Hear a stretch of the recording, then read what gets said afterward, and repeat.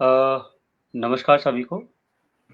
मेरा नाम पवन बिष्ट है और मैं पौड़ी गढ़वाल में एक किसान हूँ और आज हम हरेला गाँव धात के माध्यम से जो आपने लगातार देख रहे होंगे कि स्टोन फ्रूट का महीना धात ने एक शुरुआत की है और उसमें जो बातें हो रही है कि उत्तराखंड हिमालयन गाँवों और उसके उत्पादन और बाज़ार की जो समस्याएँ हैं, उस पे लगातार बातें हो रही है। तो जो हम स्टोन फ्रूट है, जो कि जिसे हम आड़ू, पुलम, खुमानी, बादाम, अखरोट भी कहते हैं, उसपे उसकी चुनौतियाँ क्या है, उसके फ्यूचर क्या है यहाँ के किसानों के लिए? इस सत्र को हम डॉक्टर कुकसाल सर, जो कि हमारे साथ एक विशेषज्ञ के रूप में या रिटायर्ड डीएचओ या उद्यान अधिकारी भी कह सकते हैं, हमारे साथ जुड़े हैं। मैं सर्वप्रथम डॉक्टर कुकसाल सर का धन्यवाद कहता हूँ कि सर आपने हमें जॉइन किया। डॉक्टर कुकसाल सर नमस्कार ने Arun. Doctor Kuksal sir retirement के बाद सर ने मनरेगा जैसी संस्थाओं, एनआरएलएम जैसी संस्थाओं, रिलायंस फाउंडेशन या सेवा इंटरनेशनल जैसी संस्थाओं को एक सलाहकार या यूँ कह लें कि कंसल्टेंसी भी दी है। कुकसाल सर लगातार उत्तराखंड के किसानों से, आम किसानों से अपने मीडिया जैसे फ़ेसबुक है या फ़ोन के द्वारा लगातार जुड़े रहते हैं। और कई आम किसान उनसे डायरेक्ट बात कर रहे हैं कि कैसे यहाँ पे जो उत्तराखंड में जो एक इकोनॉमी एस्टेब्लिश हो, एक अर्थव्यवस्था एस्टेब्लिश हो ताकि लोग पलायन ना करें और यहीं पे रह के अपना रोज़गार करें। मैं इससे पहले हम सत्र शुरुआत करें, मैं सर का एक बार फिर से पुनः स्वागत करता हूँ। स्वागत है सर। हाँ, नमस्कार आप सब लोगों का। तो सर पहला प्रश्न जो जो हमने लिखा है या सोचा है कि कैसे उत्तराखंड में स्टोन फ्रूट या गुठलीदार फलों का क्या महत्व है और क्या संभावनाएँ हो सकती है यहाँ के किसानों के लिए? तो पहला प्रश्न ये। सबसे पहले तो आप सबको मेरा प्रणाम और दाद संस्कार का और आपके जो इस समय का जो कार्यक्रम है हरेला गांव संवाद के जितने भी आयोजक हैं सबका आभार और धन्यवाद कि मेरे को इस उसमें आमंत्रित किया। निश्चित रूप से उत्तराखंड जब से राज्य बना तो मुख्य समस्या पलायन की और बेरोजगारी की है कि रोजगार उपलब्ध यहाँ पे लोगों को नहीं हो पा रहा। तो एक इसमें कई तरह की चर्चाएं होती हैं। हम उद्यान विकास की बात करते हैं, कृषि के क्षेत्र की बात करते हैं, पर्यटन की बात करते हैं। तो जब हम उद्यान विकास की हम इसमें बात करेंगे स्टोन फ्रूट्स पर, तो स्टोन फ्रूट्स के माने हैं कि जिन फलों के बीजों का आवरण एक किसी गुठली से या एक हार्ड सेल से घिरा हुआ होता है वो स्टोन फ्रूट्स कहते हैं। उसमें आपका आम भी आता है, बेर भी आता है, आड़ू, प्लम, खुमानी, अन्य कई फल आ जाते हैं, चेरी भी आता है। तो यहाँ मुख्य रूप से हम आड़ू, प्लम, खुमानी की बात करते हैं। उत्तराखंड में आने वाला भविष्य अगर किसी फल का है, किन्हीं फलों का है, तो वो स्टोन फ्रूट्स का है, आड़ू, प्लम, खुमानी का है। उसके कई कारण हैं। सबसे पहला कारण तो जलवायु परिवर्तन का है। हमारा राज्य टेम्परेट जोन, जिस तरह से जो टेम्परेट जोन की जो क्लाइमेट है वो इस तरह के हर जिले में नहीं है। और टेम्परेट जोन का जो कैलकुलेशन होता है वो भौगोलिक परिस्थितियों के आधार पर होता है। हम लोग केवल ऊंचाई का और स्नोफॉल का या जो स्नो रेंज है उनका एडवांटेज ले पाते हैं। तो जो क्षेत्र, जिस राज्य के या जो क्षेत्र 27 अक्षांश लैटिट्यूड जो है 27 से ऊपर होते हैं वो अमूमन जो है वो जितने ऊंचाई पर नॉर्थ पोल की तरफ जाएंगे वो ठंडे होंगे। हमारा जो उत्तराखंड है वो 27 और 28 के बीच में है, वो भी उत्तरकाशी और उससे जुड़े हुए जो जनपद हैं या जो हिमाचल से जुड़े हुए हैं, जैसा आपका चक्रोता का क्षेत्र है या टिहरी का जो अन्य क्षेत्र है, जौनपुर वाला क्षेत्र है, तो इनको हम थोड़ा बहुत टेम्परेट मान सकते हैं। जैसे हिमाचल जो है वो 30 से और 33 के बीच में वो टेम्परेट है। कहने का अभिप्राय यह है कि हिमाचल की जो ऊंचाई है, हिमाचल का जो 5000 की हाइट पे जो ठंड मिलती है वो हमें 6000 की हाइट में मिल पाती है। और ठंड से माने हैं चिलिंग रिक्वायरमेंट। तो जो भी फल होते हैं, हम टेम्परेट फल की बात करते हैं, हर फल जो है वो उसकी एक निश्चित चिलिंग रिक्वायरमेंट होती है। और सेब जो है, जिस तरह से कि हमारी सरकार सेब को बढ़ावा दे रही है, अच्छी बात है। जिन क्षेत्रों में सेब का उत्पादन होना है, हो पाता है, वो उन क्षेत्रों में सेब का उत्पादन किया जाना चाहिए। लेकिन अमूमन देखा गया है कि जो 6000 से ऊपर के जो क्षेत्र हैं, और वो भी नॉर्थ और ईस्ट वाले पोर्शन वाले जो पोर्शन है, वहाँ पे तो सेब का उत्पादन ठीक हो रहा है, लोग कर भी रहे हैं। लेकिन अन्य क्षेत्रों में जो कि साउथ फेसिंग है या साउथ वेस्ट फेसिंग है या 6000 से कम वाले क्षेत्र हैं, वहाँ पे जो है सेब का उत्पादन जो है वो नहीं हो पा रहा है। और कई युवाओं ने प्रयास भी किए, लेकिन वो उनपे कई तरह की बीमारी आ गई। तो आने वाला जो समय है वो स्टोन फ्रूट्स का है। स्टोन फ्रूट्स को कम चिलिंग रिक्वायरमेंट की आवश्यकता होती है। चिलिंग का अभिप्राय ये है कि 7 डिग्री सेल्सियस से लगातार जो चिलिंग आवर्स हैं वो पूरे होने चाहिए। एप्रिल में 1000 से लेकर के और 1600 आवर्स की जो है चिलिंग रिक्वायरमेंट होती है, और स्टोन फ्रूट्स में जो है वो कम हो पाती है। तो इसको दृष्टिगत रखते हुए आने वाला समय ये स्टोन फ्रूट्स का उत्तराखंड में है। दूसरा जो सबसे बड़ा पहलू है कि उत्तराखंड राज्य एक पर्यटक और तीर्थाटन का राज्य है। यहाँ हुँ। पे मई से लेकर के और सितंबर अक्टूबर तक लाखों नहीं, मतलब 1 करोड़ तक के जो है यहाँ पे पर्यटन और तीर्थयात्री आते हैं। आप कभी भी चार धाम यात्रा पे जाओ, कुछ इलाकों को छोड़ दें, हुँ। अक्सर इलाकों में कहीं भी आपको फल उपलब्ध नहीं हो पाते। स्टोन फ्रूट एक ऐसा माध्यम है, जिनको अगर हम पैदा करते हैं, तो उससे स्वतः ही स्थानीय रोज़गार लोगों को मिलेगा और मिल भी रहा है। आपका नैनीताल का पूरा क्षेत्र रामगढ़ का देखें, तो वहाँ पे लोग बाग जो हैं पूरा स्टोन फ्रूट्स पे कन्वर्ट हो गए हैं। सेब के हुँ। बाग धीरे-धीरे जो पुराने बाग थे, वो धीरे-धीरे लोगों ने हटा दिए और स्टोन फ्रूट्स की तरफ आ गए हैं। भले नए बाग अब लग रहे हैं। इसी तरह से, लेकिन हम जो चारधाम यात्रा की बात करते हैं या हम इधर गढ़वाल क्षेत्र की विशेष रूप से, तो यहाँ पे बहुत कम जो है स्टोन फ्रूट्स देखने को मिलते हैं। और यदि हमें ये उस सीज़न पे हम इन फलों का उत्पादन करते हैं, तो निश्चित रूप से रोज़गार बढ़ेगा, लोगों को रोज़गार मिलेगा। बिल्कुल। दूसरा, इससे खाद्य सुरक्षा बढ़ेगी, मतलब अगर फल पैदा होंगे तो कुपोषण से लोगों को उसमें राहत मिलेगी। हुँ। और तीसरा सबसे जो महत्वपूर्ण बात ये है कि जो स्टोन फ्रूट्स हैं, इनमें कीट और व्याधियाँ कम आती हैं, इनके रख-रखाव बड़े आसान हैं, हुँ। सेब की तुलना में। तो आजकल हर आदमी जो है वो हेल्थ कॉन्शियस है, वो चाहता है कि हमें ऐसे फल मिलें, जिनमें कम से कम रसायनों का प्रयोग हो, और स्टोन हुँ। फ्रूट्स एक विकल्प है कि हम आसानी से उसका जो है जैविक उत्पादन इनका हम कर सकते हैं। तो इस प्रकार से जो है अगर हम इनका उत्पादन करेंगे, हुँ। तो आने वाले समय में आपका हुँ। जो है फूड प्रोसेसिंग जो यूनिट्स हैं, मतलब उद्योग जो हैं, वो लगेंगे। जब हुँ। उत्पादन बढ़ेगा, तो निश्चित रूप से जो अच्छे ग्रेड के फल होंगे, वो तो बिक जाएँगे। लेकिन जो सी और डी टाइप के जो फल होंगे, उनसे प्रोसेसिंग जो है उसमें प्रोसेस यूनिट में उसमें बढ़ेगा। तो इस तरह से जो है ये आने वाले समय में हमें स्टोन फ्रूट्स की तरफ जाना चाहिए और जाना पड़ेगा। हुँ। बहुत सुंदर जानकारी सर। और मुझे लगता है कि जो ये आम किसान इसमें जुड़े हैं, जिनको स्टोन फ्रूट के बारे में नहीं पता, सर ने बिल्कुल सरल भाषा में बोल दिया कि सेब की खेती भी कर सकते हैं, परंतु जिनकी हाइट ऊँची है, जैसे सर ने कहा कि 6000 फीट, इसका मतलब होता है कि 1 मीटर में 3 फीट होता है, तो 2000 से ऊपर जो भी खेती जिनकी भी हाइट है, जो यहाँ जहाँ पे बर्फ़ पड़ती है, जैसे उत्तरकाशी हो गया या थैलीसैंड की कुछ बेल्टें हैं या चमोली, वहाँ पे आप खेती कर सकते हैं सेब की। परंतु जिसकी हाइट थोड़ा कमज़ोर है, धीरे-धीरे क्योंकि ग्लोबल वार्मिंग हो रही है, टेम्परेचर घट रहा है, ऐसे में सेब की खेती में लगातार बीमारियाँ बढ़ जाती हैं। और सर ने बिल्कुल सरल भाषा में कहते हैं कि स्टोन हमारा भविष्य है, और क्योंकि वो 4 धाम से भी कनेक्ट करता है। अगर हम मार्केट की करें, तो वो 4 धाम से कनेक्ट करता है।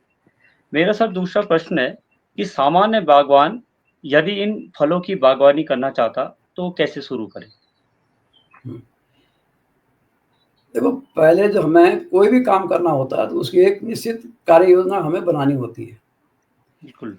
और जब हम फलों की बात करते हैं, तो उसमें जलवायु जो है एक इम्पोर्टेंट फैक्टर है, जलवायु और भूमि।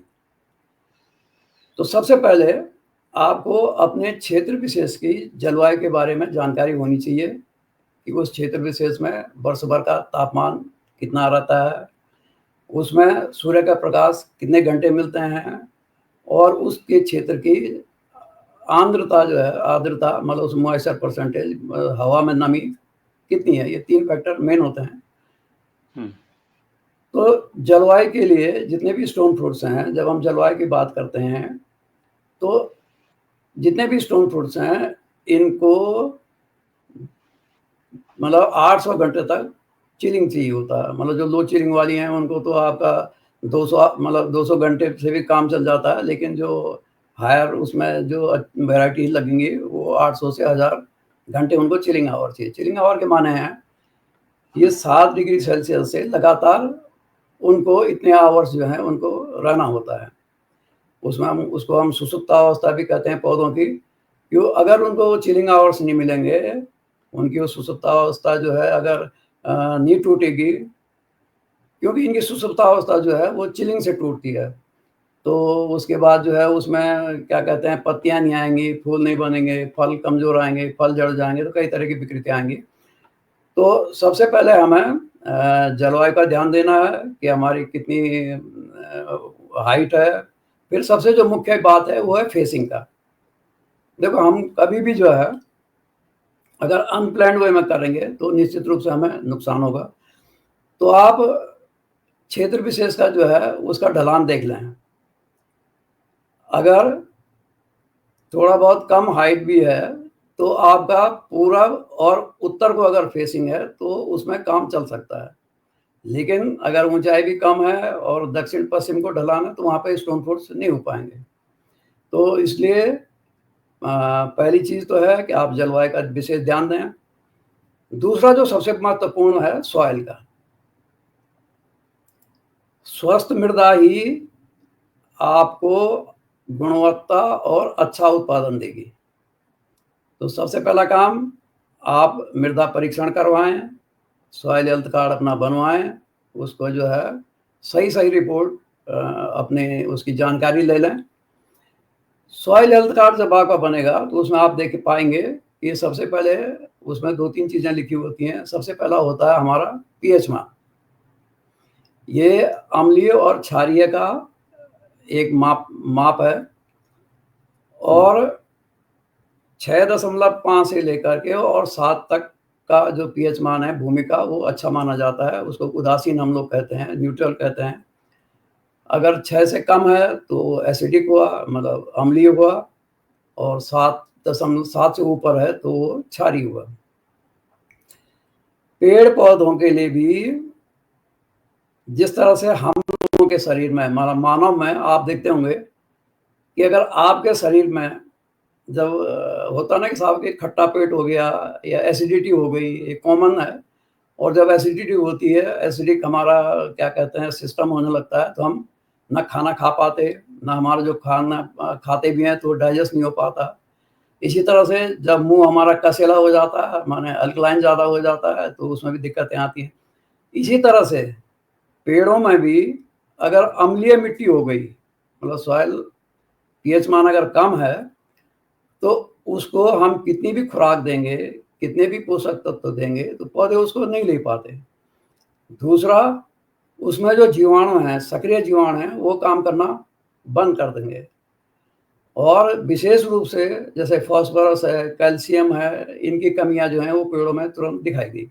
इसी तरह से अगर अल्कलाइन है तो उसमें भी जो है, जो हमारे अच्छे जीवाणु हैं, जो जिनसे कि सॉइल हमारा अच्छा होना है, उनकी संख्या कम होने लगती है। तो इस तरह से पहला तो हो गया पीएच मान, इसकी आपको जानकारी रखनी है। और पीएच मान को 6 से लेकर के और 7 के बीच में आपको लाना है। इसके लिए आसान तरीका है कि चूना जो है, जो बाजार में चूना मिलता है जिसको हम पुताई के लिए करते हैं, बेबुजा चूना, 100 ग्राम चूना, मतलब पिसा हुआ चूना, बारीक पिसा हुआ चूना, प्रति वर्ग मीटर के हिसाब से आप अपने खेतों में डालेंगे। या अगर पौधा लगाना है तो आप उसमें भी जो है आधा किलो करीब चूना जो है उसके थावले में पूरे में बिखेर सकते हैं, लेकिन वो पिसा हुआ होना चाहिए। दूसरा, खेत में नमी का होना आवश्यक है। तीसरा, उसको मिट्टी में मिलाना है, मतलब वैसे नहीं छोड़ देना, ये नहीं कि ऊपर से आपने बिखेर दिया तो काम नहीं करेगा। तो ये तो रही पीएच की बात। और पहाड़ में अमूमन एसिडिक ही होता है, क्योंकि अल्कलाइन सॉइल होते नहीं है, तो इसलिए उसको चूना जो है आप बिना पूछे भी चूने का प्रयोग अवश्य करें। और जैसे कि मैंने कहा कि 100 ग्राम पिसा हुआ चूना प्रति वर्ग मीटर के हिसाब से एक नाली में करीब 2 से 2.5 किलो चूना जो है उसमें पड़ता है। दूसरा जो सबसे इम्पोर्टेंट चीज है उसमें जो लिखा रहता है वो रहता है कार्बन लेवल। कार्बन लेवल के माने हैं कि उस खेत की उत्पादकता कैसी है। आपने अमूमन देखा होगा घरों में भी कि कोई खेत आपका बड़ा उपजाऊ होता है और कोई खेत यह है कि कुछ कमजोर होता है, उसमें उपज बहुत कम होती है, चाहे आपने कितना भी उसमें खाद डाली, तो वो उसको हम लोग कहते हैं कार्बन लेवल। कार्बन लेवल जो है, भूमि का जो कार्बन लेवल है वो 0.8 से ऊपर होना चाहिए। अमूमन यहाँ पर 0.2 0.3 इतना ही आ पाता है। और कार्बन लेवल बढ़ाने के लिए हमें जीवांश की जो खाद है, जीवांश खाद से माने हैं कि जैसे आपका गोबर की खाद हो गई, कंपोस्ट हो गया, हरी खाद हो गई, मछली की खाद हो गई, मुर्गी की खाद हो गई, मतलब जितनी भी ये ऑर्गेनिक मैटर हैं, जो भी जीवांश के मैटर हैं, हड्डियों का चूरा हो गया, ये सारे के सारे जो है ये जीवांश खादों के अंतर्गत आते हैं। तो आप जब जीवांश खाद उसमें डालेंगे तो वो जीवाणुओं का कार्बन, जो जैविक कार्बन है, जैविक कार्बन के माने ये होते हैं कि एक तो कोयला हुआ, वो भी कार्बन होता है, लेकिन वो जैविक कार्बन में नहीं आता। जैविक कार्बन जो पौधे वातावरण से कार्बन डाइऑक्साइड लेते हैं और खाना बनाते हैं, कार्बोहाइड्रेट है ये वो, और उस पौधे अपना भोजन बनाते हैं। तो वो जो कार्बन, जो कार्बोहाइड्रेट या स्टार्च या जो भी इस तरह के हैं, ये जब डिग्रेड होते हैं, जब ये सड़ते हैं, डिकम्पोज होते हैं, तो उनसे जो कार्बन बनता है वो जैविक कार्बन कहलाता है। और ये जैविक कार्बन क्या होता है कि ये जीवाणुओं का भोजन होता है। भूमि हमारी, हम लोग भूमि को अमूमन मृत प्राय मानते हैं, लेकिन वो गलत धारणा है। पहले जब रासायनिक खेती करते थे तो यही पढ़ाया जाता था कि साहब की भूमि में कुछ नहीं होता, इसमें एनपीके डालो, इसमें ये फर्टिलाइजर डालो, उसमें वो फर्टिलाइजर डालो। लेकिन अब लोगों की समझ में धीरे धीरे सबकी समझ में आ रहा है कि भूमि जो है एक जीवंतता उसके अंदर है, उसका अपना जैविक, भौतिक और रासायनिक गुण है। जैविक गुण माने कि उसके अंदर जो है, जो सक्रिय जीव हैं, सक्रिय माइक्रोब्स हैं, वही उसकी जो है पावर है, उसको ह्यूमस कहते हैं। और जीवाणु जो हैं, जो जैसे फंगस हो गई, बेनिफिस, जो लाभदायक फंगस, लाभदायक बैक्टीरिया, लाभदायक प्रोटोजोआ, लाभदायक एल्गी, मतलब जितने भी जो सूक्ष्म जीव हैं वो सारे हमारे भूमि में होते हैं। वो सक्रिय जब रहते हैं तो हमारी भूमि जो है उपजाऊ होती है।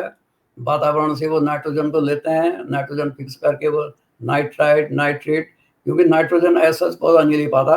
भले हमारे वातावरण में जो है 78% नाइट्रोजन होता है, लेकिन पौधे उसको यौगिक फॉर्म में लेंगे, नाइट्राइट के फॉर्म में या नाइट्रेट के फॉर्म में। तो उसको, जैसे आपके राइजोबियम है या इस तरह के जो जीवाणु हैं, वो वातावरण से लेकर नाइट्रोजन में लेते हैं।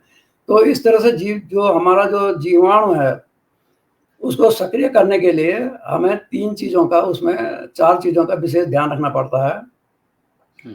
सबसे पहले हम ऑर्गेनिक मैटर दें, जीवांश खाद जो है उसमें डालें, खेत में नमी बनी रहे। और तीसरा जो है, उसका भूमि का ऑक्सीजन लेवल ऊपर होना चाहिए। जितना ऑक्सीजन लेवल अच्छा होगा उतना उसमें जीवाणु जो है वो सक्रिय होंगे। और चौथा है, ये तभी हो पाएगा जब भूमि हमारी उदासीन होगी, क्योंकि एसिडिक होगी तो ये नहीं हो पाएगा।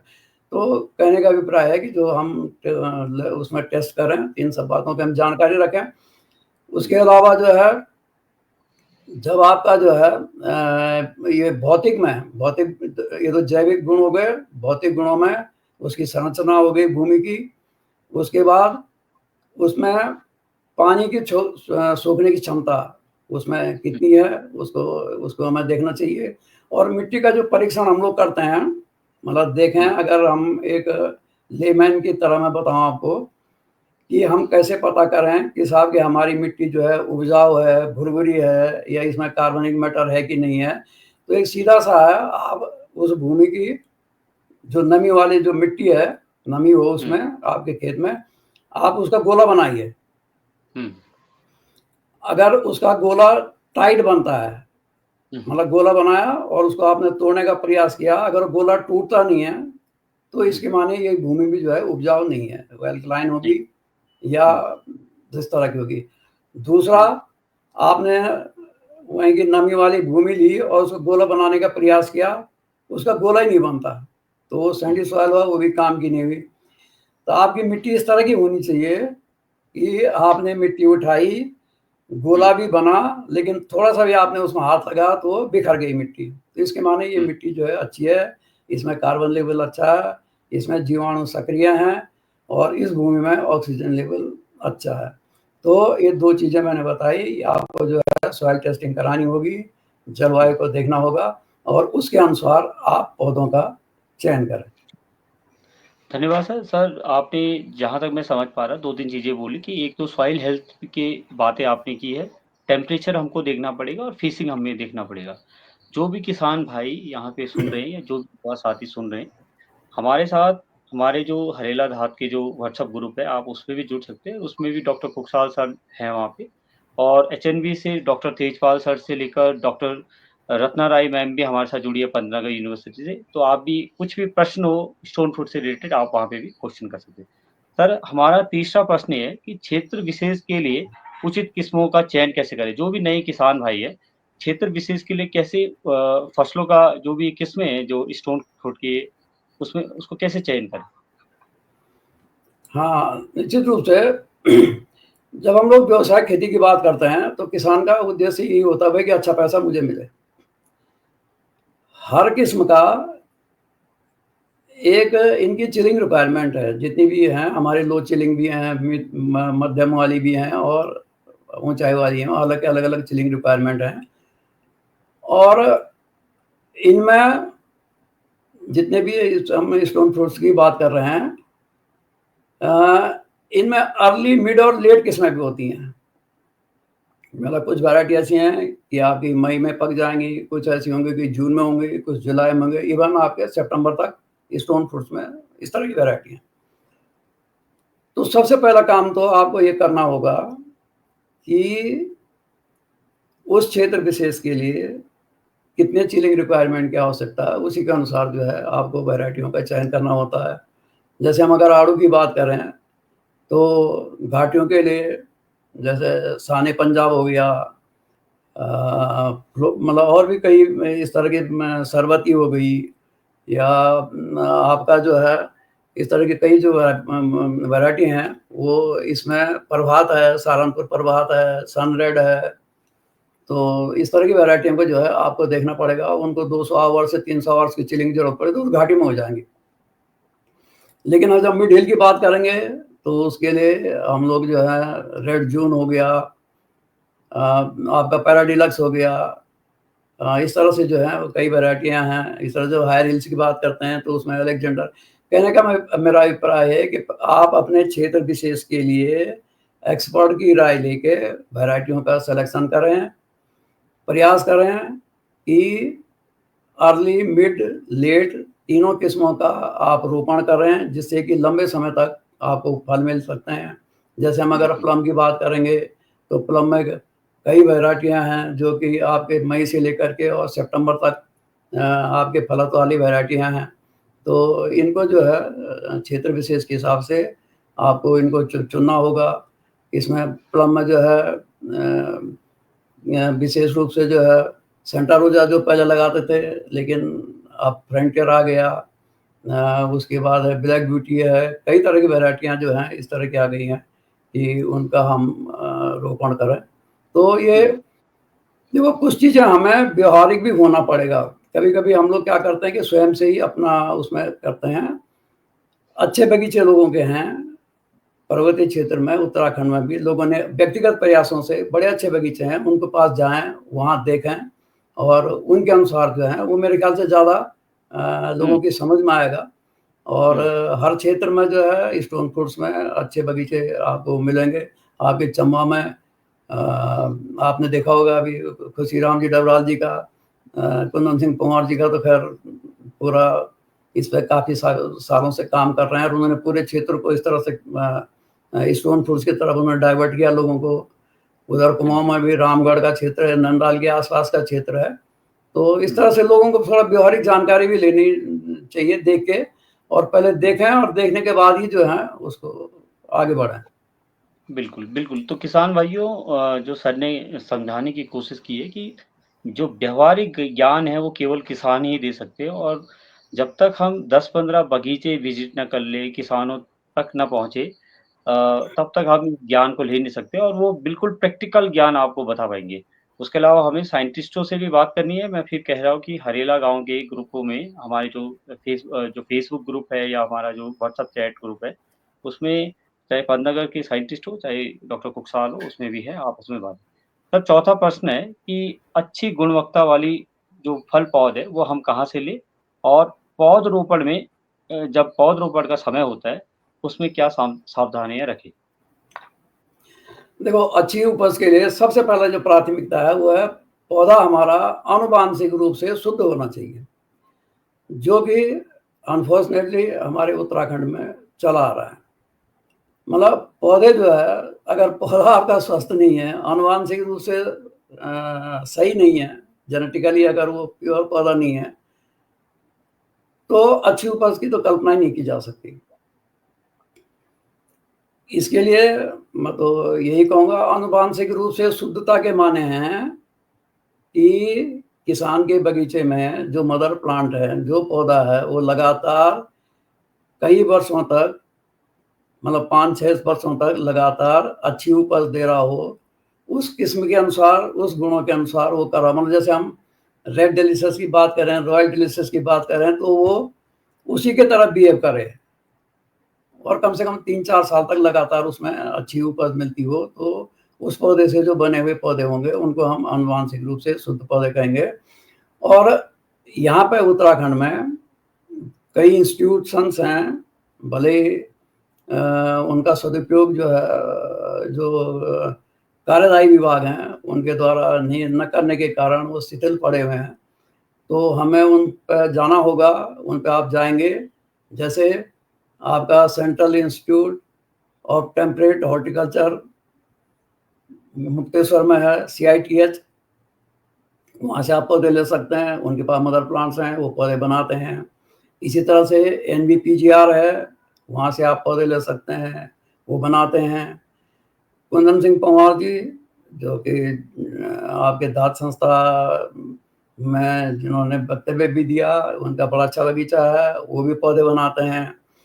इसी तरह से कई किसान हैं पर्वतीय क्षेत्रों में, कई बागवान हैं जिनकी रजिस्टर्ड नर्सरियाँ हैं। इसी तरह से रामगढ़ के क्षेत्र में आप जाएँगे तो वहाँ तो कई हैं। वहाँ पे आपके उद्यान पंडित वीरेंद्र नेगी जी का बगीचा है, उनके पास बड़े अच्छे-अच्छे मदर प्लांट हैं, बहुत सुंदर बगीचा है। वहीं पे रामगढ़ में एक अपने उद्यान में एक हरक सिंह रावत थे, वो रिटायर्ड हैं, अभी 86-87 साल की उम्र है, लेकिन अभी भी बड़े एक्टिव हैं, उनकी अपनी नर्सरी है और पूरा रामगढ़ को जो सेज आता है वो उन्हीं को जाता है, उनको काफ़ी हद तक उन्होंने काम किया उसमें। तो मेरा कहने का मतलब ये है कि आप सरकारी योजनाओं की तरफ न जाएँ, फ्री के पौधे न लें। एक बार आपने फ्री का पौधा लिया तो हमेशा, मतलब आपको जो है पछताना ही पड़ेगा। तो इस तरह के जो इंस्टीट्यूशन हैं, चौबट्टा गार्डन हमारा वो बीच में अब कुछ दिनों से प्रयासरत हैं। वहाँ पे एक डॉक्टर ब्रिजेश गुप्ता हैं, रिटायर्ड, सेवानिवृत्त हो गए। उन्होंने अच्छा काम किया इस स्टोन फ्रूट्स पे, डबल ग्राफ्ट पे भी काम किया। वहाँ पे अच्छी-अच्छी वैरायटी हैं, उन्होंने पुरानी जो वैरायटी वहाँ पे ख़त्म हो चुकी थी, दोबारा से वो किया।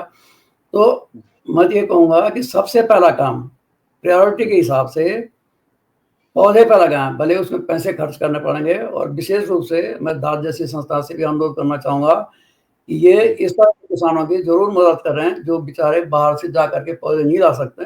तो अगर ये संस्था जो है या अन्य जो लोग हैं, किसान को, बागवान को आनुवांशिक रूप से शुद्ध गुणवत्तायुक्त पौध अगर जब तक नहीं मिलेगी, तो ये कल्पना करना ही मतलब वो है ही नहीं कि हम लोग जो है अच्छा उत्पादन ले पाएँगे। तो सबसे पहली प्रायोरिटी हमें आनुवांशिक रूप से शुद्ध पौधे की होनी चाहिए, जो हमारे उत्तराखंड में जो इंस्टीट्यूशंस हैं, उनसे आप ले सकते हैं।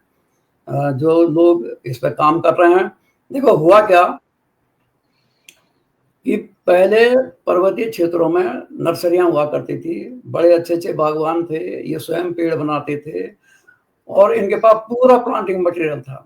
लेकिन विगत कई वर्षों से इन नर्सरियों के पेड़ उठने योजनाओं में बंद हुए, जिसके कारण लोग धीरे-धीरे जो है शिथिल हो गए, इन्होंने पेड़ बनाना कम कर दिए या बंद कर दिए।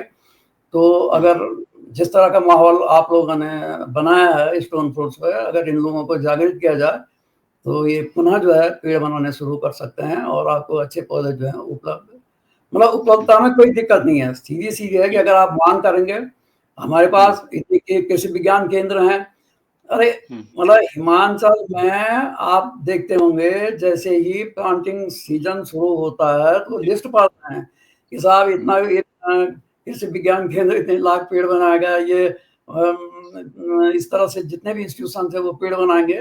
तो यहाँ पे भी संभव है, हमारे पास बरसार विश्वविद्यालय, औद्यानिक विश्वविद्यालय है, कृषि विज्ञान केंद्र हैं। ऐसा नहीं कि इनके पास वैज्ञानिक नहीं है या इनके पास क्षमता नहीं है। प्रश्न ये है कि जो कार्यदायी विभाग हैं, चाहे वो कृषि विभाग हो, चाहे उद्यान विभाग हो, ये कभी इनसे संपर्क नहीं करते, न इनसे प्रशिक्षण के लिए किसानों को भेजते हैं। तो ये सारी बातें हैं, तो ये हमें इस दिशा में कार्य करने होंगे और इन पर दबाव बनाना होगा कि ये किसानों को इन लोगों से की कार्य क्षमता को बढ़ाएँ। तो इस तरह से काम हो सकते हैं और इस काम को संस्था और संगठन ही कर सकता है कि व्यक्तिगत तो करेगा नहीं, व्यक्ति विशेष तो सोचता है कि मैं क्यों बुराई में बोलूँ।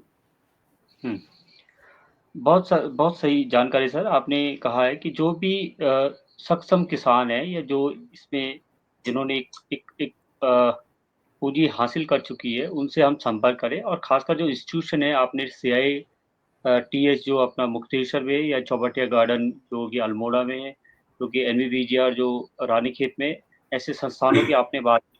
पौड़ी में भी भरसार यूनिवर्सिटी है, वहाँ पे भी स्टोन के पेड़ पाए जाते हैं। तो जो भी किसान भाई है, जो सफल किसान है या जो सफल इंस्टीट्यूशन है, उनसे आप ज़रूर बात करें और कोशिश करें कि डीबीटी से ही आप पौध लें। आप डायरेक्ट किसी विभागों से ना लेके, आप डायरेक्ट डीबीटी से खुद ही जाके, खुद ही स्टडी करके वो लें और एक अच्छे पेड़ आप अपने बागान में लगाएँ, ताकि आपको अच्छा बागान देखने को मिलेगा। सर मेरा नया प्रश्न है कि कैसे जो किसान भाई हैं, वो ट्रेनिंग प्रूनिंग कैसे करें और कैसे जो ये स्टोन फ्रूट है, उनमें कौन-सी खाद, कौन से फर्टिलाइज़र, बहुत सारे, क्योंकि केमिकल देखो जो कि अभी उत्तराखंड का जो किसान है, उतने सक्षम किसान नहीं कह सकते कि जो फर्टिलाइज़र ले सके। ऐसे में कैसे ये ऑर्गेनिक जो फर्टिलाइज़र है उसको यूज़ करें, जो कि ऑलरेडी गाँव में हो रहा है? इस पे आप थोड़ा बात करें और जैसे कटाई-छँटाई कब करें, कैसे करें? इस पे आप थोड़ा-सा बताइए सर। देखो, सबसे पहले हम आते हैं, जब हम पौधे का हमने चयन कर दिया तो हम लगाने की बात करते हैं कि कैसे इस पौधे को लगाया जाए।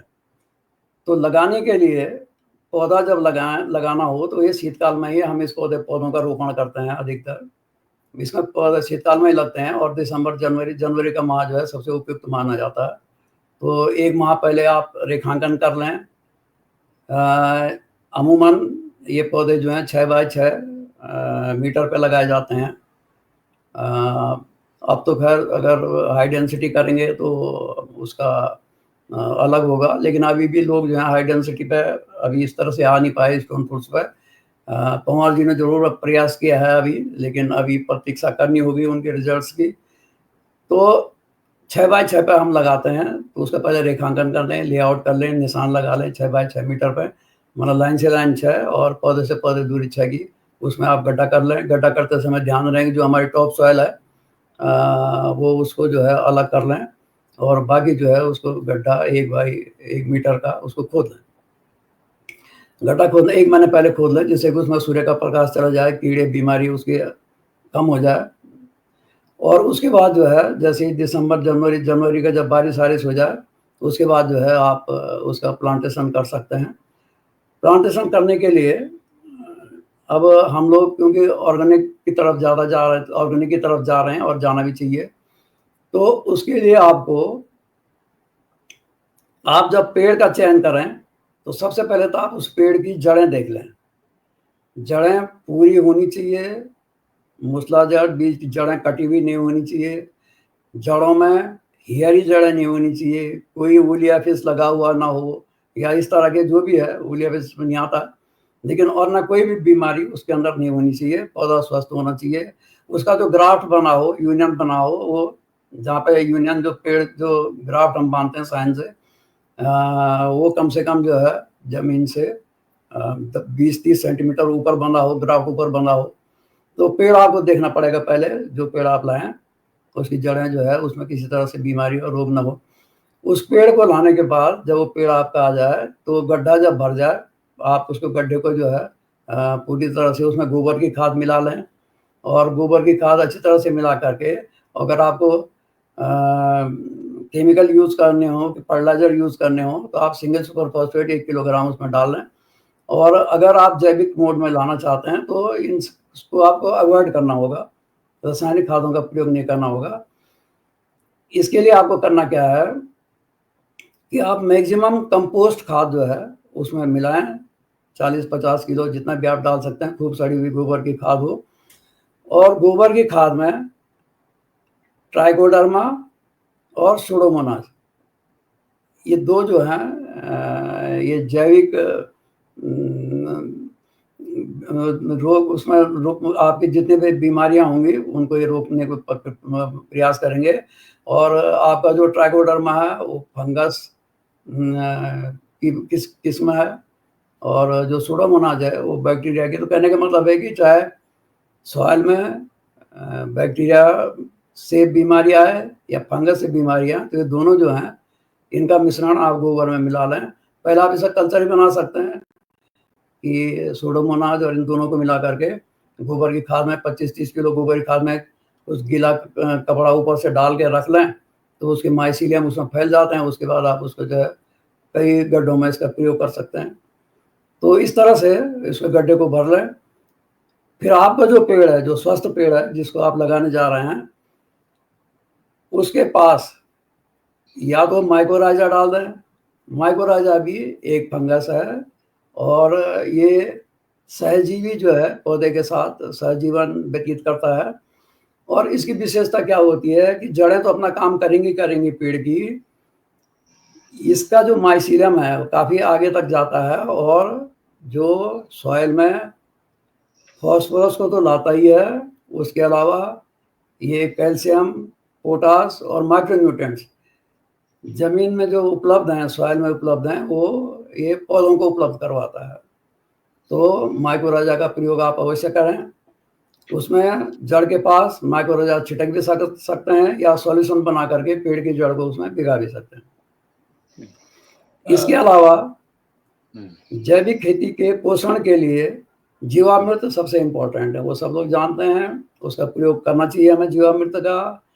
ये एक अचूक जो है पोषण के लिए आपके जीवाणुओं को सक्रिय करने के लिए, जीवाणुओं की संख्या माइक्रोब्स की संख्या बढ़ाने के लिए सॉइल में बहुत ही नितांत हो सकता है। और ये सभी जानते हैं कि 200 लीटर का एक ड्रम ले लेते हैं, उस ड्रम में आप 10 लीटर गोबर क्या कहते हैं 10 किलोग्राम गोबर, एकदम ताज़ा गोबर ना हो, 1-2 दिन पुराना गोबर हो, और गाय का अगर देसी गाय का है तो और अच्छा। और उसमें 10 लीटर जो है उसमें गौमूत्र मिला लें, 2 किलोग्राम गुड़, 1 किलोग्राम बेसन, इस तरह से मिलाने के बाद वो आप जो है उसको डंडे से घुमा करके, और वो 6-7 दिन में जो है वो 48 घंटे में तैयार, 6-7 दिन में तैयार हो जाएगा। और उसके बाद आप उसका जो है प्रयोग कर सकते हैं। तो इस तरह से जो है शुरुआती दौर में तो आपको ये सब करने पड़ेंगे। उसके बाद जब पेड़ लगाते हैं, पेड़ को जो है वो सीधा बीच में लगाने के बाद उसको पाँव से दबा दें अच्छी तरह से, और उसके बाद उसकी सिंचाई कर लें। तो इस तरह से तो पेड़ आप लगा लेंगे। अब इसमें होता क्या है कि जब आपने पौधा लगा दिया, जितने भी टेम्परेट फ्रूट्स हैं, इनमें कटाई छटाई बहुत इम्पोर्टेंट है। कटाई छटाई के माने हैं कि हमने पौधों को आकार देना है, अच्छा आकार देना है। दूसरा, उसकी जो टहनियाँ, जो शाखाएँ, वो मजबूत शाखाएँ होनी चाहिए। तीसरा, कीट और बीमारी से बचाने के लिए जितने भी रोगग्रस्त उसमें शाखाएँ हैं, उनको हटाना होता होगा। और इसके अलावा पौधों को पूरी जो है धूप मिले, ये भी हमारा एक उद्देश्य रहता है। तो जैसे आपका पेड़, जब आप पेड़ लगाएं तो उस पौधे को जहाँ पे उसका यूनियन है उससे 40 से और 60 सेंटीमीटर ऊपर काट लें। काटने के बाद ही पेड़ लगाएं। पहली शर्त तो ये है। अमूमन किसान भाई क्या करते हैं कि जैसे ही पौधा हुआ वो सीधा सीधा उसको रोप देते हैं। तो आप इस तरह से न करके उसको ऊपर से जरूर 40 या 45 सेंटीमीटर ऊपर या 60 सेंटीमीटर तक अगर ज़्यादा बड़ा पौधा है तो उसको अवश्य काट लें, जिससे कि उसके जो नीचे का साइन से ऊपर जो है उसकी शाखाएं आनी शुरू हो जाएं। पहला जो साल जब होगा, तो 1 साल बाद जब आपका पौधा होगा, तो आकार देने के लिए आप क्या करेंगे कि उसमें जो शाखाएं निकलेंगी, 4-5, 3-4 शाखाओं को, मेन शाखाओं को आप रखें।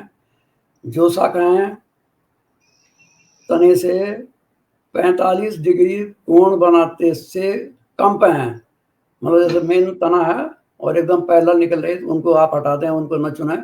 जो 45 से 60 डिग्री कोण की जो शाखाएं हैं, आप उनको चयन करें। जो शाखाएं, मतलब जो आपस में शाखाएं लड़ें, उनको आप हटा दें। और बराबर दूरी पे जो है वो 3-4 शाखाओं को रखें।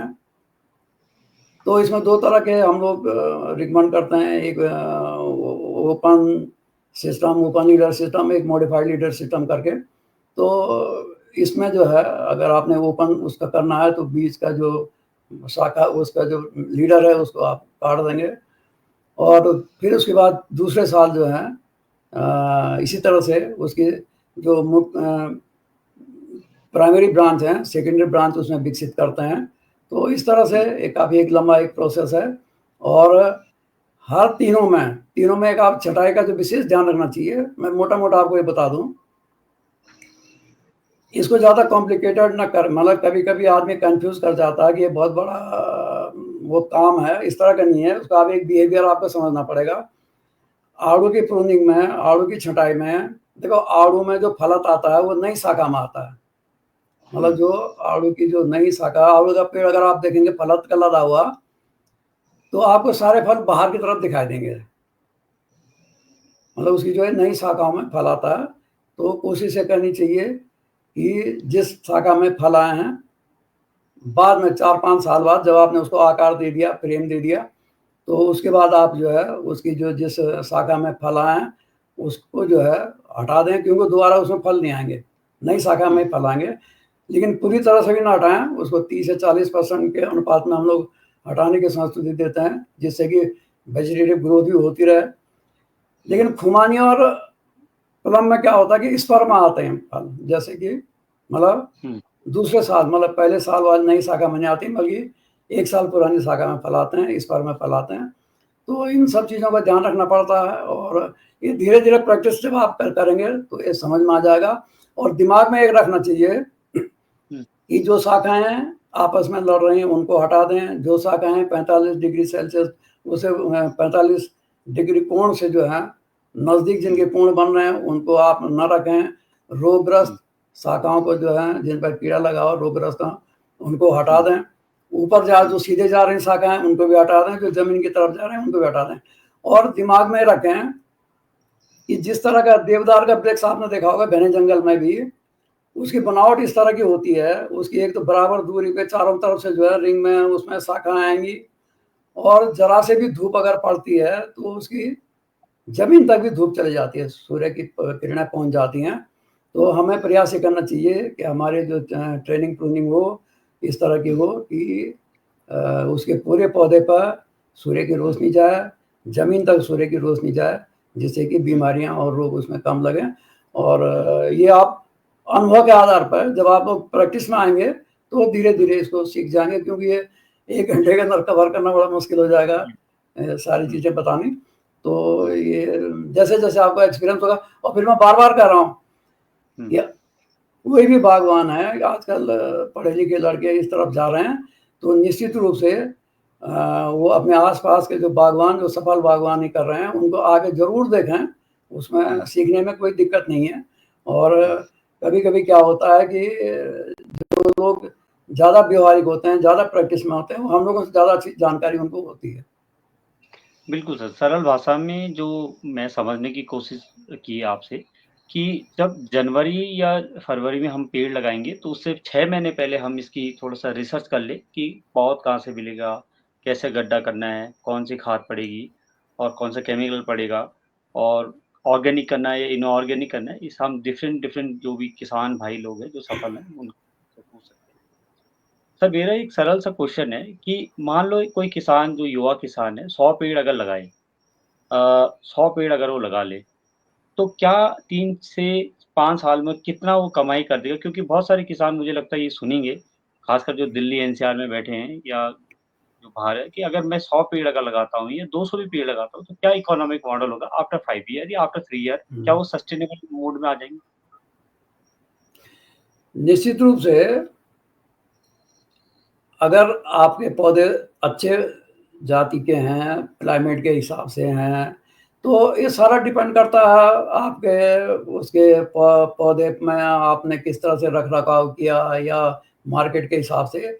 लेकिन फिर भी जो है एक मोटा अंदाज़ होता है, हम 1 हेक्टेयर में करते हैं, या तो फिर हेक्टेयर उसमें नहीं, एकड़ उसके नाली की भी हम बात कर रहे हैं।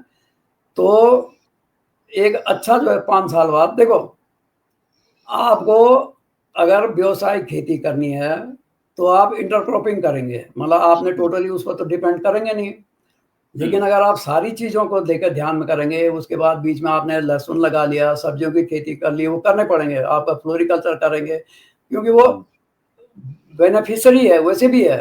आपको एक तो आर्थिक लाभ तो होगा ही होगा, वो सॉइल को भी इनरिच करेंगे, आपके जो पॉलिनेटर हैं, जो उनको अट्रैक्ट करेंगे, आपके जो कीड़े-बीमारी वो जो हैं, उन पर भी वो हेल्प करेंगे। तो आपका जब भी प्लान कर रहे हैं, आप केवल और केवल ये सोच के ना कर रहे हैं कि मैंने पेड़ लगा दिए, उन्हीं को देखता रहूँ। तो आप उसके हुँ, बीच में इंटरक्रॉपिंग अगर आप करेंगे इनके बीच में, तो निश्चित रूप से एक अच्छा जो है, जो जो हम लोग बाहर 15-20 हज़ार की जो सैलरी के लिए भटकते रहते हैं, तो हुँ, उनसे तो ये अच्छा ही होगा। हुँ, अब उसको एग्ज़ैक्ट कैलकुलेट तो नहीं किया जा सकता, लेकिन हुँ, ये कर रहे हैं। कई लोग अपनी आजीविका इसी पे निर्भर कर रहे हैं और बड़ा सुंदर हुँ, कर रहे हैं।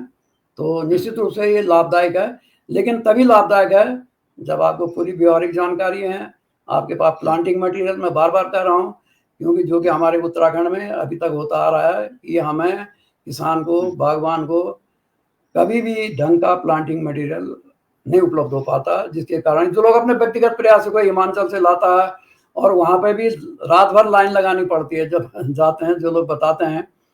हुँ, तो ये थोड़ा अफ़सोसजनक स्थिति राज्य की है कि 25 साल बाद भी हम लोग अभी दूसरे राज्यों पे निर्भर हो पा रहे हैं, अपना नहीं कर पा रहे हैं। लेकिन अब एक उम्मीद बढ़ी है कि सरकार के पैरेलल संस्था में युवा जुड़े हैं, पढ़े-लिखे हुँ। युवा जुड़े हैं। निश्चित रूप से ये आगे जा कर के अच्छे सुखद परिणाम देखने को मिले। सर, राज्य में जैसे कीवी मिशन है, एप्पल मिशन है, ऐसे ही उद्यान विभाग की योजनाओं से बागवान स्टोन फ्रूट को या पौधों को पौधे कैसे लिया जाए या उनका फ़ायदा कैसे उठाए, खासकर विभागों से? क्योंकि जो भी नया युवा यहाँ पे आता है या किसान आता है, उसके पास देखिए इतना पैसा तो है नहीं एकदम से लगाने के लिए। ऐसे हुँ। में कैसे गवर्नमेंट से वो सब्सिडी ले, इसमें थोड़ा-सा आपकी राय? देखो, राज्य में हर योजना का जो है एक गाइडलाइन, निश्चित गाइडलाइन होती है, और हर शासन प्रशासन चलाने के लिए शासनादेश होते हैं। अपने राज्य में मतलब जैसे माननीय मोदी जी का था कि किसानों की आय दुगनी करने के लिए उन्होंने किसान को स्वतंत्र कर रखा था कि वो अपना जो है इंस्टीट्यूशन से बीज लें, दवा लें, जो भी इनपुट चाहिए वो लें, और योजना का पैसा जो है हम किसान के खाते में डालेंगे। अपने राज्य में 5 साल बाद तो बड़ी मुश्किल से जब कई लोगों ने हल्ला-गुल्ला किया मीडिया में, तब तो वो 21 में वो लागू हुआ, जबकि अन्य राज्यों में 17 से लागू है। हुँ। उसके बाद लागू होने के बाद भी अभी भी वो बात होती है कि साहब किसान गरीब है, खरीद नहीं पाता, मतलब कई तरह से लागू नहीं होने दे रहा। तो अब एक आसान तरीका है, आप संस्था के माध्यम से या संगठन के माध्यम से जब शासनादेश लागू है, तो मैं तो किसानों से यही अनुरोध करूँगा कि हुँ। आप एक आवेदन दें, जो आपका सचल दल सचल दल केंद्र जो आपका जिस ब्लॉक में आप हैं, वहाँ हुँ। आवेदन कर दें कि हुँ। महोदय मैं इस तरह के पौधे लगाना चाहता हूँ, इस जाति के मुझे पौधे चाहिए, जिनको कि मैं स्वयं खरीदूँगा और वो आवेदन आप जो है, वो मुख्य उद्यान अधिकारी को लिखेंगे द्वारा प्रभारी उद्यान सचल दल। हुँ। और उसके बाद आप स्वयं पेड़ खरीदें, पेड़ खरीद के आप लाएँ, उनको लगाएँ और जो आपकी रसीद होगी, चाहे आप किसी विश्वविद्यालय से लें या शोध संस्थानों से लें या किसी रजिस्टर्ड पंजीकृत जो नर्सरियाँ हमारे यहाँ अच्छी नर्सरियाँ भी हैं, पंजीकृत नर्सरियाँ भी हैं, अच्छी नर्सरियाँ, उनसे आप लें और उसके लिए उसको जो है बिल आप भुगतान के लिए भेज सकते हैं। तो निश्चित रूप से उनको देना पड़ेगा, वो पैसा आपको जो है वो देंगे। तो इस तरह से जो है आप लोग उसमें कर सकते हैं और बिल ये तो प्रयास आपको स्वयं करने होंगे। सरल भाषा में सर ने ये समझाने की कोशिश की कि कोई भी जो भी युवा या जो भी किसान भाई स्टोन फ्रूट या की बागवानी करना चाहता है, तो अभी धात संस्था ने भी एक मांग पत्र रखा है सरकार के समकक्ष। उसमें ये बोला है कि जैसे कीवी मिशन, एप्पल मिशन है, ऐसे ही स्टोन फ्रूट मिशन भी हो और उसमें भी जबकि हुँ, कीवी और एप्पल मिशन में बहुत सारी सरकारें पैसे अपना खर्च कर रही है, परंतु स्टोन में इतना खर्चा नहीं है। और दूसरा जब तक ये माँग पूरी नहीं हो जाती है, सर ने ये कहा है कि मान लो आपको दिसंबर में पेड़ लगाना है, तो आप अगस्त-सितंबर से एक एप्लीकेशन अपनी मान लो आपको 200 पेड़ लगाने हैं, आप अपनी खाता खतौनी, अपने बैंक अकाउंट, आधार कार्ड लेके एप्लीकेशन लेके अपने संचल दल पे जाइए, जो कि आपके ब्लॉक में होते हैं। वहाँ से उनसे साइन करवा दीजिए और फिर रिसीविंग करके आप उसको हो सके तो जिला उद्यान अधिकारी जी को दीजिए और प्लांटिंग मटीरियल आप किसी भी अच्छे संस्थान या अच्छे किसान की नर्सरी से आप ले सकते हैं और उनसे उनको आप डीबीटी करा सकते हैं। ये एक अभी करंट सॉल्यूशन है और फ्यूचर में हम ये कोशिश करें कि स्टोन फ्रूट मिशन भी हो। सर मेरा नया प्रश्न है कि विपणन या मार्केट और सरकार से क्या अपेक्षा रखा जाए? क्योंकि होता क्या है कि बहुत सारे किसान भाइयों की ये समस्या है कि हम उगा तो देंगे परंतु हम इसका मार्केट क्या होगा या इसकी सरकार कैसे हमारी इसमें मदद कर सके? निश्चित रूप से फिर वही बात आती है सरकार की। हमारे भाई मार्केटिंग बोर्ड बना है, भगवान मतलब कभी आप सुनते होंगे और हुँ। उसके कई माननीय भी हैं, कोई उपाध्यक्ष हैं, कोई वो हैं, सब राज्य स्तर के दर्जे के वो हैं, लेकिन कहीं उनकी सक्रियता वो है दिखाई नहीं देती। हुँ। तो ये केवल और केवल अ, अब अगर स्पष्ट रूप से कहें हुँ। तो कभी-कभी तो ऐसा लगता है कि राज्य पूरी तरह से जो है एक लॉबिंग कहो या माफिया कहो वो चला रहा है। हुँ। और योजनाएँ भी आप देखेंगे कि उसी तरह से वही लोग स्वीकृत करवा भी पाते हैं। अब जैसे आपने कहा कि स्टोन फ्रूट्स यहाँ पे होना चाहिए, सब उसपे कोई स्कीम होनी चाहिए, लेकिन वो आज तक वो इसमें कोई स्कीम स्टोन फ्रूट्स पे नहीं बनी। जबकि हुँ। कई लोगों ने माँग की कुंदन सिंह पंवार जी को तो जब बुलाया गया था बजट से पहले के सेशन में माननीय मुख्यमंत्री जी द्वारा, उसमें भी उन्होंने 2 साल पहले आवाज़ उठाई थी। उसके हुँ। बाद आपके रामगढ़ में प्रवीण शर्मा जी हैं, वो अच्छे बागवान हैं, उद्यमी भी हैं, उनको भी बुलाया गया था, उन्होंने भी माँग रखी थी। तो माँगें जो हैं ये होती नहीं हैं, तो कभी-कभी तो ये लगता है कि जो पावरफुल लोग हैं, जिनको अपने पेड़ बेचने होते हैं या जिनको हुआ क्या इसमें कि ये हिमाचल में सैचुरेशन आ गया हुँ। नर्सरियों का, चाहे सेब का, चाहे कीवी का। तो मेरा मानना है कि वही लॉबी फिर इधर भी आ गई और यहाँ उन्होंने ये सारे मिशन जो है ये शुरू किए। जबकि हमारा ये जो क्षेत्र है वो ठीक है, कुछ-कुछ क्षेत्र हैं, सेब के लिए उत्तरकाशी है, चक्रोता है, कुछ क्षेत्र हैं जो ऊँचाई पे हैं, 6000 से ऊपर ऊँचाई पे हैं। लेकिन ज़्यादातर क्षेत्र हमारा जो है ना वो स्टोन फ्रूट्स के लिए ही आगे आने वाले समय में ये आएगा, तो इस पे सरकार को विचार करना चाहिए, इसमें स्कीम लॉन्च करनी चाहिए। क्योंकि स्टोन फ्रूट्स में जब तक स्कीम नहीं होंगी, देखो उसमें एक तो ऐसे समय पे ये तैयार होता है या तैयार होने के फूल आते हैं कि इसमें ओलावृष्टि के चांसेस बहुत रहते हैं। और जब अच्छा। तक सरकार मदद नहीं करेगी, आपका एंटी हेलनेट में रिबेट नहीं मिलेगी। दूसरा, इसमें पैकेजिंग की प्रॉब्लम है, पेरिसेबल है फल हैं, बहुत जल्दी खराब होने वाले फल हैं। तो आपको जो है इसमें ट्रांसपोर्ट सब्सिडी की व्यवस्था होनी चाहिए, हुँ, पैकिंग मटेरियल आपको देना पड़ेगा। अब आप देखते हुँ, होंगे कि अब कुछ जब सेब का सीज़न आना शुरू हो जाएगा, बल्कि जब हुँ, खत्म हो जाता है तब इनकी वो शुरुआत होती है कि साहब ये सेब की पेटियाँ जो है नहीं पहुँची। हाँ, और केवल सेब के लिए ही पेटियाँ आती हैं, बाकी अन्य फलों के लिए नहीं आ पाती। तो ये नीतिगत फैसले हैं तो जिसमें कि निश्चित रूप से कभी-कभी थोड़ा अफ़सोसजनक लगता है कि हम आखिर ये 25 साल तक करते क्या रहे। तो इन सब फ उसमें जो है देखो कोई भी मेरा तो मानना ये है हुँ, या आप भी सोचते होंगे, देखते होंगे जो जितने भी बागवान हैं, कृषि जो है वो अपने आप में लाभ का सौदा नहीं हो पाता। हुँ, या तो आप जलवायु का एडवांटेज लें, जैसे जो पर्वतीय क्षेत्र हमारा इसका एडवांटेज ले लेते हैं हम लोग कि साहब जब मैदानी क्षेत्रों में फसल खत्म हो जाती है, हमारी शुरू होती है, थोड़ा रेट ठीक-ठाक मिल जाते हैं। हुँ, या इसीलिए सरकार जो है जितने भी कृषि के कार्य हैं, कृषि के निवेश हैं, उसमें सब्सिडी देती है। हुँ, वो इसलिए देती है, वो उनको भी पता है कि कृषि अगर आदमी स्वयं से करना लग जाए, स्वयं से बीज खरीदे, स्वयं से दवा पूरे पैसा लगा के खरीदे, तो वो लाभ का सौदा होता ही नहीं है। आप इकोनॉमिक लगा लीजिए, आप हुँ, अगर लगा लीजिए कि कितने दिन आपने कीवी में काम किया, कितने दिन आपने खेत में काम किया, लेबर कॉस्ट लगा लीजिए आप, जो हाँ, साधारण लेबर के 700-800 रुपए तो नहीं कट पड़ेगा आपको। हुँ, लेकिन अफ़सोसजनक स्थिति है कि जो पैसा भारत सरकार सब्सिडी का दे रही, वो किसान तक नहीं पहुँच पा रहा। तो लाभ तो तभी मिलेगा ना जब योजनाओं का लाभ किसान तक पहुँचेगा। तो ये सारी बातें हैं और ये अपेक्षा करते हैं हम संस्थाओं से, छात्र संस्था से और संगठनों से कि ये सारी बातें खुल के आनी चाहिए, सरकार के सामने भी बिल्कुल, आनी चाहिए, कि हुँ, वास्तविकता क्या है हुँ, और ये संगठन के माध्यम से ही आ सकती हैं। हुँ, तो बिल्कुल सर, बिल्कुल।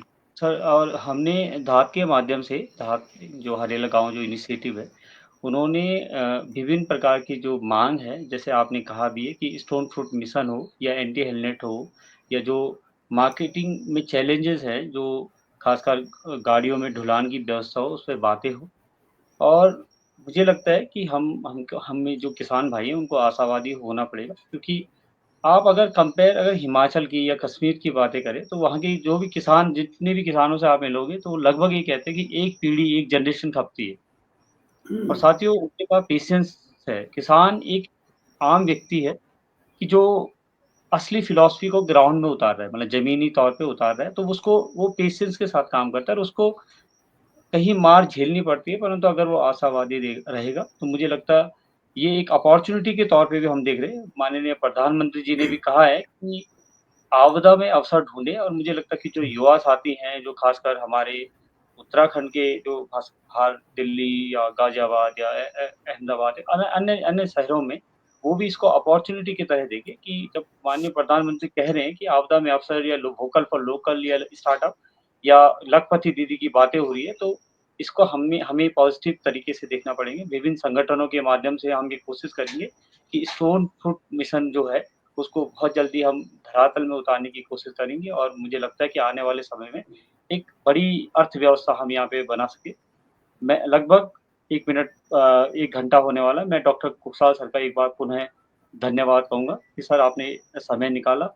आपने बहुत ही अच्छी जानकारी दी और ये वीडियो जब भी, जहाँ भी फ्लो होगा मुझे लगता है लोग इसको सुनना पसंद करेंगे, समझना पसंद करेंगे। आपने इंटीग्रेटेड मॉडल की भी बात की कि केवल हम कुलम खवाने की बात ना करें, बल्कि फ्लोरीकल्चर की बात करें, हर्बल की बातें करें, इंटीग्रेटेड में हम जो अपने जो गौ पालन है या अपने जो बकरी पालन है, इसकी बातें करें, तो एक इंटीग्रेटेड अगर मॉडल होता है, तो हम व्यवस्थित तरीके से हम यहाँ पे लाइवलीहुड हम जनरेट कर सकेंगे और मुझे लगता है कि इसमें जो किसान भाई हैं, जो महिलाएँ हैं, ये समूह की महिलाएँ एनआरएलएम है या ये जो जलागम की महिलाएँ हैं, समूह एसएचजीज़ हैं या ग्राम संगठन है, ये अगर वापस आएँ या युवा जो पढ़े-लिखे युवा बाहर से वापस आएँ, तो एक अच्छी हम व्यवस्था बना सकते हैं।